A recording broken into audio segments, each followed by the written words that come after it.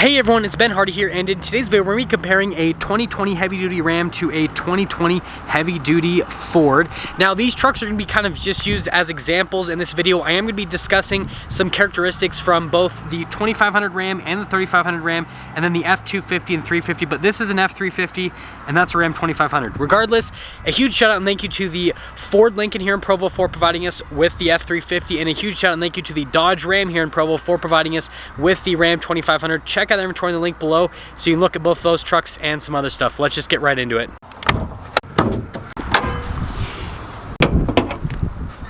Now let's go into the hoods of both of the trucks, and they both have 6.7 liter engines. Now that's where things differ. So first off with the Ram, the 6.7 liter engine is an inline six, also known as the Cummins.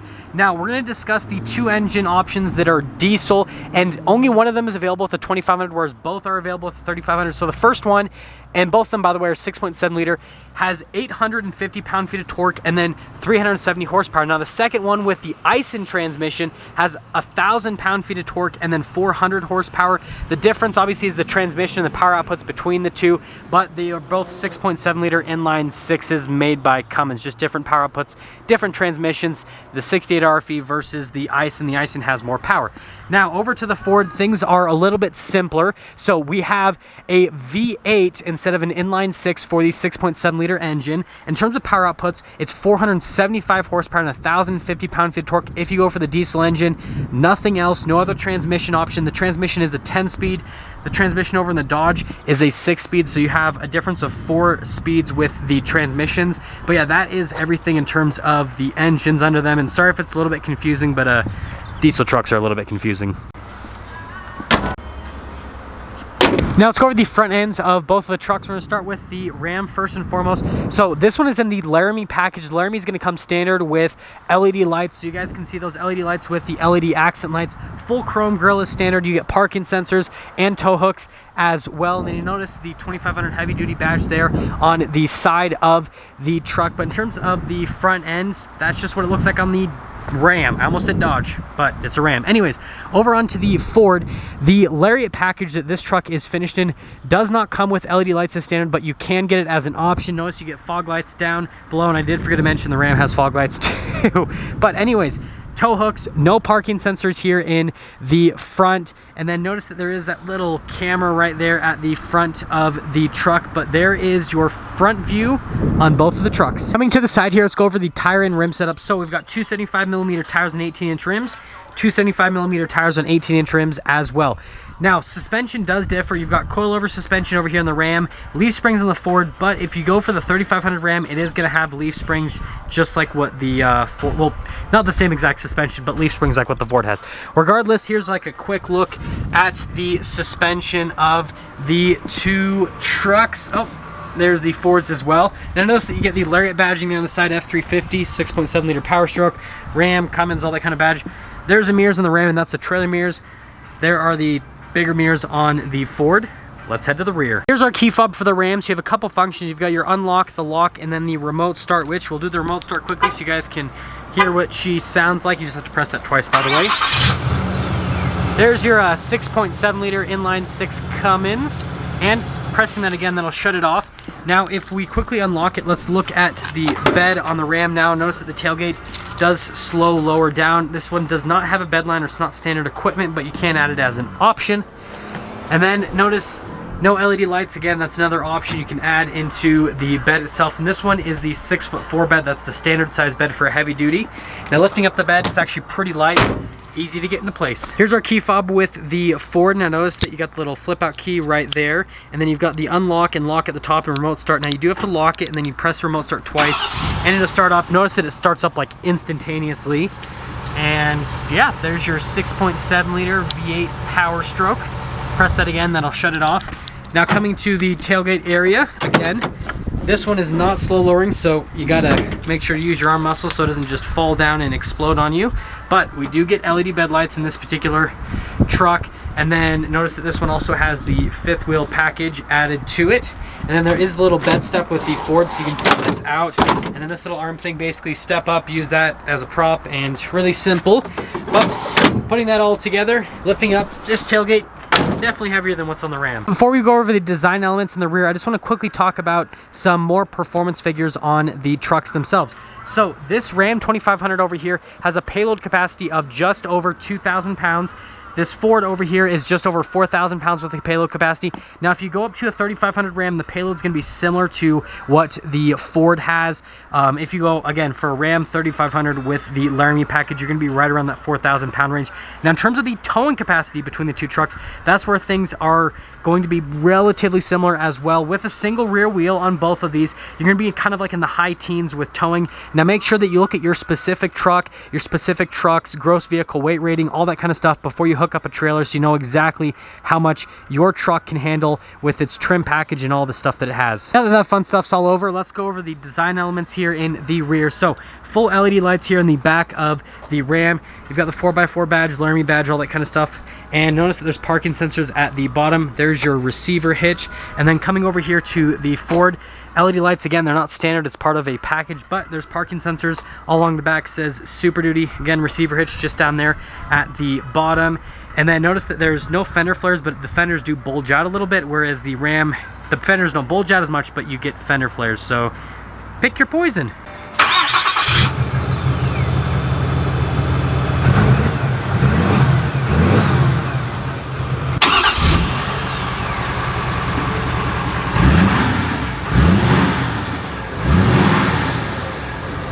Now coming into the back, here is the door panel in the back of the Ram. Got this really nice wood trim with the suede insert, and then you've got all the leather along here with the stitching.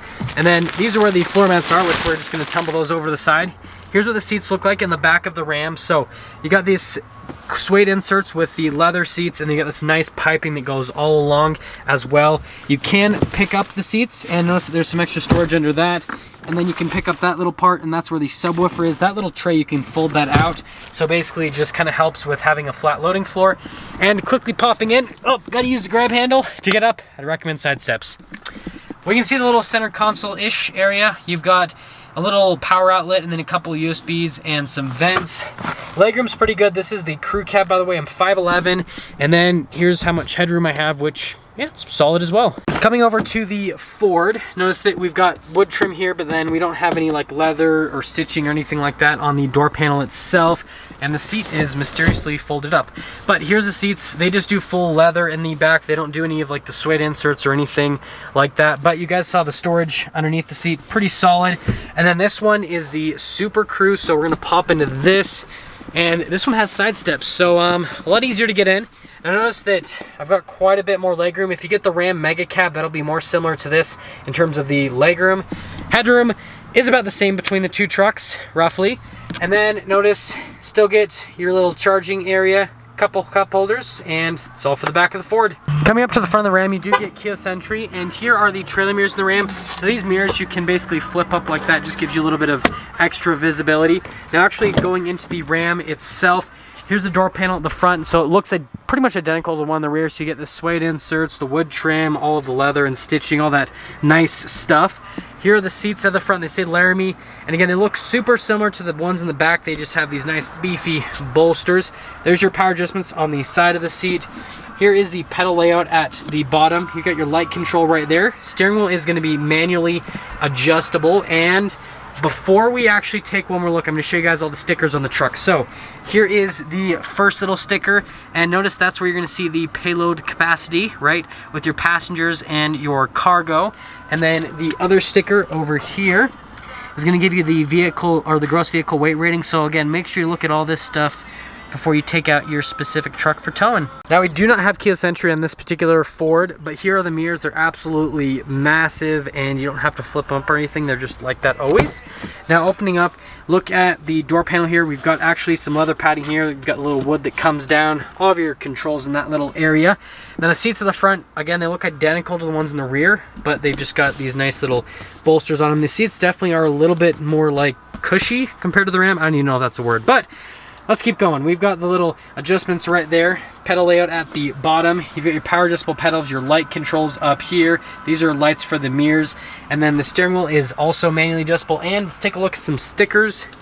So you've got this sticker, and you can see the payload right there, 4167. And then you've got your other sticker. Again, look at these before you end up towing with the truck, so you know the capabilities of the specific truck that you bought. Starting things off on the Ram, got a push button start. Gauges will do a little bit of sweep. Everything will pop right on. And let's take a look at the steering wheel here on the Ram. So in the Ram, you've got this really nice smooth leather at the top and the bottom. You've got black stitching all around. These are your voice command controls, phone controls, all that kind of stuff. Cruise control on the other side. This is so you can basically manually shift the gears yourself, and that's a full look at the steering wheel. Now coming to the side here, it does have a column shifter, and it's pretty simple to use, and they've got kind of like a little bit of a nice touch material. If you want it to be really nice, obviously get the limited. And then this is your turn signal stock, also to do the high beams, and then the windshield wipers as well. Coming here into the center gauge cluster, you've got RPMs over on the left side. On the right side, you've got the speed, and then there in the center, you've got that little gauge cluster. The most important thing, I want you guys just to look at what the gauge cluster looks like, just because you want to be able to compare that over to the Ford in terms of just the graphic design on it. Coming over here to the center touchscreen, let's actually pop it into reverse if I can get it into reverse. Now, you've got the backup camera. It does have that little zoom function on the receiver hitch, and this one does not have the 360 camera system. An easy way to tell that is go to the controls tab. If it just looks like this where it just shows the backup camera, that means you just have the backup camera. Now with the rest of the touchscreen, response time on it is really good. You've got good functionality. Dual zone climate is standard. Something that I'm surprised is that air conditioned seats are not standard. That is optional equipment even on the Laramie package, which is pretty surprising. Now coming down from the touchscreen, you've got all of your analog controls for the radio, analog climate controls as well. You've got analog controls for the heated seats and heated steering wheel. Your parking sensors to turn them on or off, your tow haul mode, that's your diesel exhaust brake. Your trailer brake control is right in this little area. You got your two-wheel drive, four-wheel high, four-wheel low, and then your true neutral. You've got a couple of auxiliary ports down here with a couple of USBs. Secret storage right here. This one has the bench seat, so you actually get some storage in that little area. You just got to press that tab. And then again, this one has the bench seat, so you've got this little seat right here. You can pick this up. Got a couple coin holders, little 12 volt inside of that. Cup holders all here at the top. Lifting that up, again, it turns into a third seat. And in the Laramie, you actually get some storage underneath the seat as well. And to top things off with the storage, got the glove box. It says Laramie on it. Now, opening it up, it's got a decent amount of space between the two areas, and then notice that you get the nice stitching at the top of the dash. Now up top here, we do have the control for the power sliding window, and then this one does not have a sunroof, but the only sunroof available is just a regular sunroof. You cannot get a panoramic in the Rams at all, and well, that's our, oh, universal garage door opener. Now that's everything to the top. Now Ford's got it a little bit more old school. You got a regular key right here. You can get push button, but again, that's an option. Now starting it up, you guys can kind of see all of the graphics that happen there, and let's take a look at the steering wheel. So notice that the steering wheel is kind of a similar setup to what's on the Ram. It just doesn't look as like modern and as nice. The leather's not as smooth as what's on the Ram, and then you've got the stitching, which is white. And let's actually turn down the AC so you guys don't hear a ton of fan noise. But you've got the volume controls on this side, you got the voice command controls, cruise control on the other side, and then this is for the little center stack. Notice that you've got a stalk that also controls the turn signal, and again, windshield wipers, all that kind of stuff. Pretty simple. This is the column shifter, again, for the 10-speed automatic. You shift the gears yourself with that part on the column shifter, and then you also have a drive mode select. This one actually has drive modes, whereas the Ram does not. Now coming over to the center stack itself, RPMs over on the left side. On the right side, you've got the speed, and then you've got that little center stack. So notice that it shows pretty much the same information as what the Ram shows. The graphics on it just aren't as nice looking, if that makes sense. But with the drive modes, you've got your normal, you've got your tow haul, you've got the eco, you've got the slippery, and then you got the deep snow and sand, and that's all for the center. Let's pop this bad boy into reverse again, if I can get it into reverse. And notice that you get a bird's eye view, and you can zoom in on the receiver hitch, which is also a pretty neat little function.